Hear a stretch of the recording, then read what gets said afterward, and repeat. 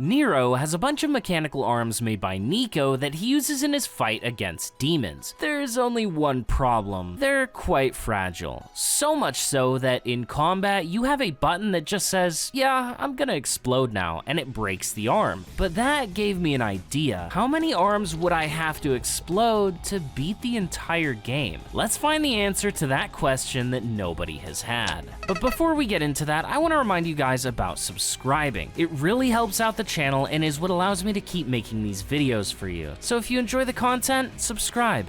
Alright, so what exactly does exploding Nero's Devil Breaker arm actually do? Well, it deals damage and gives Nero a ton of invincibility during the animation. It's kinda like Nero's version of Royal Guard, except you have a super limited number of arms that you can only refill at specific shops or between missions. That's where a mod called Cyan's Collaborative Cheat Trainer comes into play. There's this feature for Nero called Breaker Switcher, which allows you to swap arms on the fly, something we're wholly uninterested in for this challenge. Instead, I'm using it for its secondary effect, granting me infinite Devil Breakers. I'm also using a mod called Co-op/Divergence, which is what will allow me to play through every mission as Nero. Honestly, when I wrote this up in my head, I thought the challenge was gonna be kind of a joke. I get to deal damage and be invincible constantly?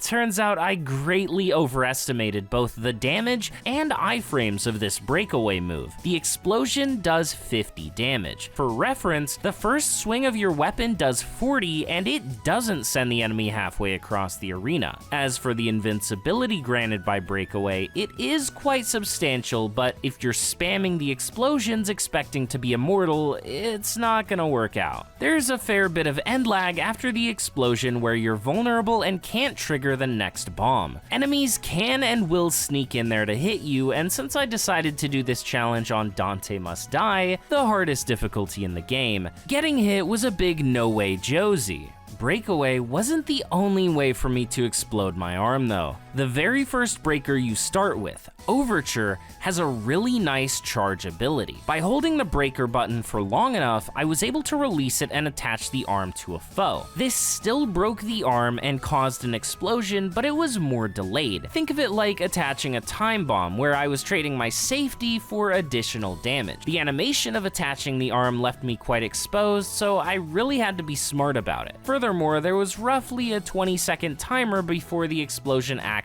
went off. Well, traditionally you could shoot the gun to trigger the explosion early. That was off the table here since we're just exclusively blowing up arms to beat the game. The delayed damage certainly left something to be desired, but the payoff was definitely worth it. With a big kaboom, we burst out of the prologue having used 86 arms. For mission 1, you'd be surprised how many people don't know you can just sprint straight to the boss. You're not required to fight any enemies along the way. But there is a guy that spawns in the actual boss fight, so I did have to give him a taste of Mr. Torg.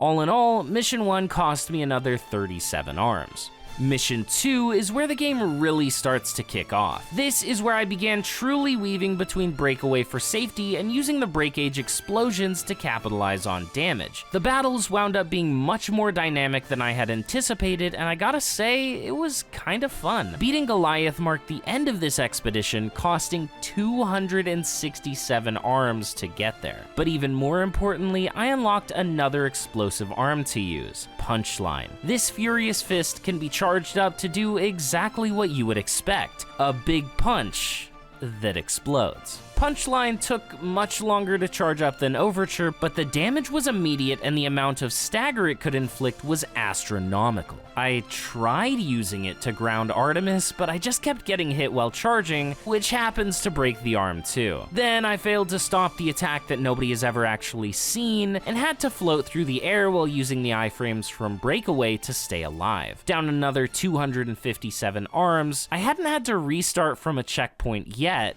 but that all changed against Nidhogg. When the parasite left the field, his tentacles were kind of a hassle to manage. They liked to passively sway back far enough that I couldn't attach my bombs to them sometimes, and spamming the breakaway blasts wasn't much better, as it left me in an awful spot when the things actually decided to attack. After several failed attempts, I recognized that the tentacles were more passive while the main man was out, and he only leaves if all 3 side chicks are alive. I started alternating my bombs on him and the middle plant head, keeping one destroyed at all times so Nidhogg himself would never leave. More often than not, the explosions on the plant caught Nidhogg in the blast as well, so it was a win-win. The more I played, the easier it became to manage my arm usage, leading to an overall decrease in the amount used in each mission. So this time, we only blew through 151. I know I jumped right to Nidhogg, but I do want to go back a bit in mission 4 and call out this sick parry with the Overture Breakage. I didn't know this attack had a parry hitbox, so you can imagine my surprise when I stopped this Antinora in his tracks with it.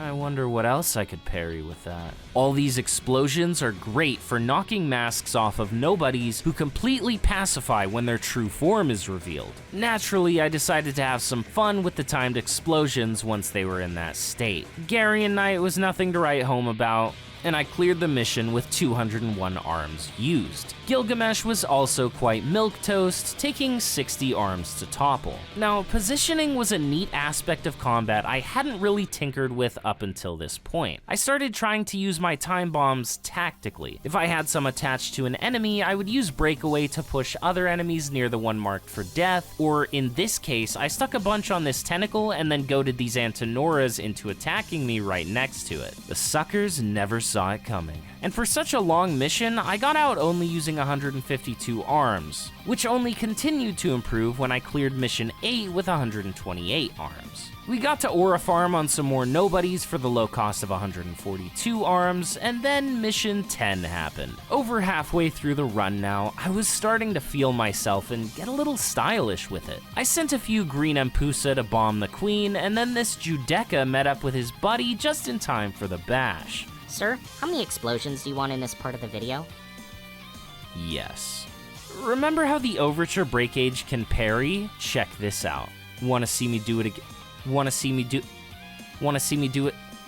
Man, he's ruining my whole flow. I hope this guy blows up. But the styling wasn't done yet, because in the last encounter of the mission, I got this sick triple collateral, and then we made it rain with their leader. Nero was so happy about all this that he threw his arms up with joy at the fact that we only used 152 arms. I had a sliver of health going into the Cavalier fight, and I want to take this time to remind you guys that I don't have any way of healing. You could argue Sweet Surrender's Breakage explodes into a cloud of healing, but I didn't really like that idea, so I avoided using those arms, and I didn't have Devil Trigger because I hadn't beaten Mission 20 yet. A lot of bosses actually ended up this way, where I essentially had no health going in and had to PPP. That's practically play perfectly. I just made that up.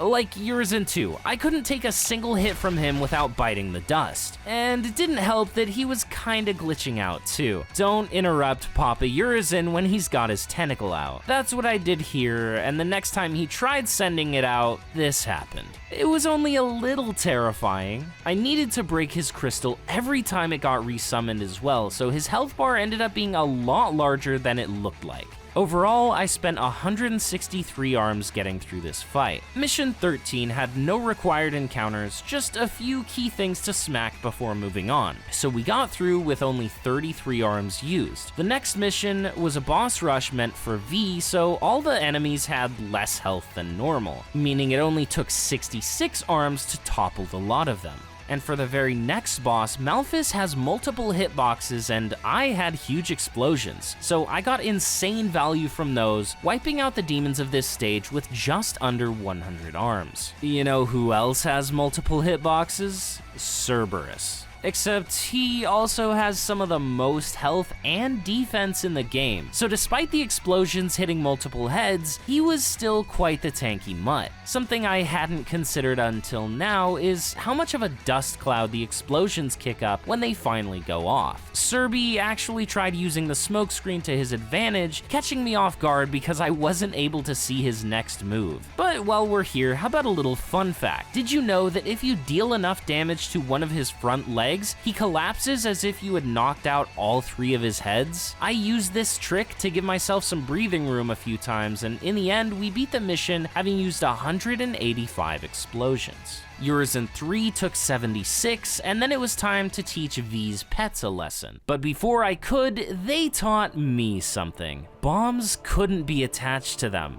Like, at all. I had to come up with a new approach, so finally, it was Punchline's time to shine. It only took 3 or 4 breakaways to turn the pets to...